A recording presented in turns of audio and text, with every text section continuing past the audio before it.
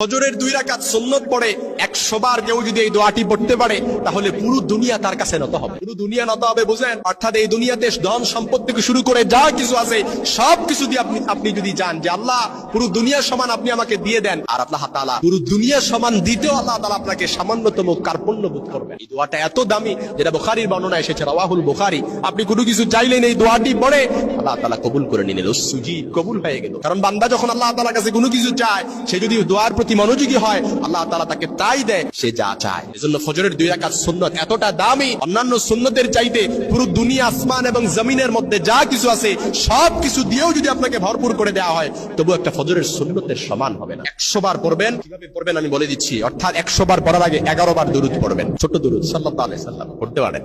আল্লাহুম্মা সাল্লি ওয়া সাল্লিম বারিক আলাইহি পড়তে পারেন। আল্লাহুম্মা সাল্লি আলা মুহাম্মাদিন নাবিয়্যিল উম্মিয়্যি ওয়া আলা আলিহি ওয়া আসহাবিহি ওয়া বারাকা ওয়া সাল্লিম, এটাও পড়তে পারেন। নামাজে যে দুরূদ পড়েন, আল্লাহুম্মা সাল্লি আলা মুহাম্মাদ ওয়া আলা আলি মুহাম্মাদ কামা সাল্লাইতা আলা ইব্রাহিম ওয়া আলা আলি ইব্রাহিম ইন্নাকা হামিদুম মাজিদ, যেটা দুরূদ ইব্রাহিম, এই দুরূদও পড়তে পারেন। অর্থাৎ যেই দুরূদ পড়েন 11 বার পড়বেন, তারপর 100 বার পড়বেন লা ইলাহা ইল্লাল্লাহু ওয়াহদাহু লা শারীকা লা লাহুল মুলকু ওয়া লাহুল হামদু ইউহয়ী ওয়া ইউমীতু ওয়া হুয়া আলা কুল্লি শাইইন কাদির সুবহানাল্লাহি ওয়াল হামদুলিল্লাহি ওয়া লা ইলাহা ইল্লাল্লাহু আল্লাহু আকবার ওয়া লা হাওলা ওয়া লা কুওয়াতা ইল্লা বিল্লাহ। দোয়াটা আপনার কাছে হয়তো বড় মনে হতে পারে, কিন্তু এই দোয়াটার প্রত্যেকটা শব্দগুলো